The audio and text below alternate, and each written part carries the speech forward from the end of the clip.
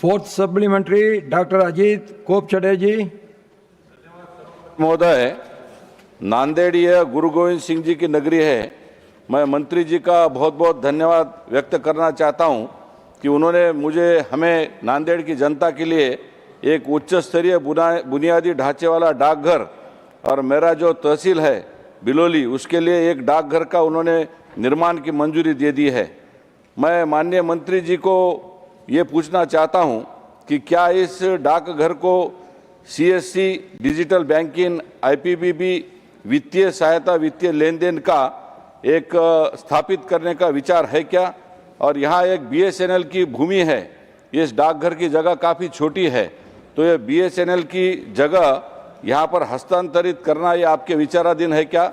और इसी जोड़कर नागपुर एवं पुणे की धरती पर नांदेड़ को क्षेत्रीय पासपोर्ट कार्यालय जैसा बनाने की ज़रूरत है।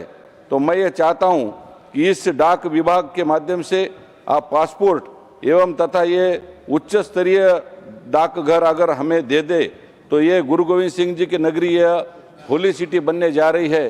तो हमें इस नांदेड़ को आप उच्च स्तरीय डाकघर और क्षेत्रीय पासपोर्ट कार्यालय देने का कृपा करने का आपके मन में कोई विचार है क्या?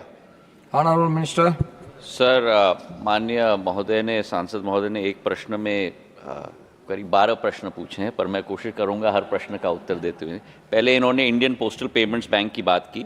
हमारी इंडियन पोस्टल पेमेंट्स बैंक की गुणवत्ता, क्षमता और हमारी पहुंच इतनी विस्तृत हो चुकी है सर, क्योंकि ये एक टेक्नोलॉजी प्लेटफॉर्म है जो हमारे 1,65,000 पोस्ट ऑफिसेज पे राइड करता है।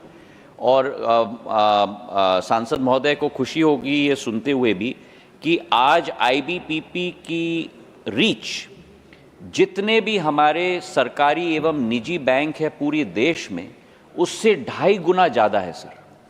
पर हम किसको सर्विस करते हैं?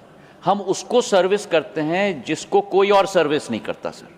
ये प्रधानमंत्री जी की जो सोच विचारधारा है संपूर्ण इंक्लूजन की, vocal for local and local to global, और इसी के तहत आईबीपीबी ने करीब 13 करोड़ कस्टमर्स अपने आज तक बनाए हैं।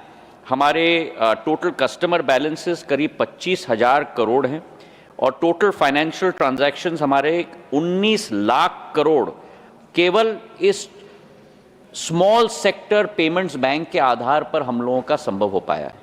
तो नांदेड़ के लिए भी आईबीपी का बैंकिंग सिस्टम पूर्ण रूप से उपलब्ध है और भविष्य में भी उपलब्ध होगा। जहाँ तक सांसद महोदय ने पासपोर्ट सेवा केंद्र की बात की, ये नियम बनाया गया है भारत सरकार से कि एक जिले में एक पासपोर्ट सेवा केंद्र हम लोग पहले श्रेणी में हम लोग स्थापित करेंगे। आज भी देश में करीब 8 या 10 ऐसे जिले बाकी हैं जहां हमको वो पॉप एसके स्थापित करना है। उसके बाद सेकेंड राउंड में जब हम लोग आएंगे उस समय में हम लोग जरूर इस पर विचार करेंगे। डाक निर्यात केंद्र की जो चर्चा की गई है, जहां निर्यात की क्षमता है वहां हम जरूर इसकी विस्तृतीकरण कर रहे हैं, ये मैं उनको विश्वास दिलाता हूँ। फिफ्थ सप्लीमेंट्री श्रीमान संजय यादव जी।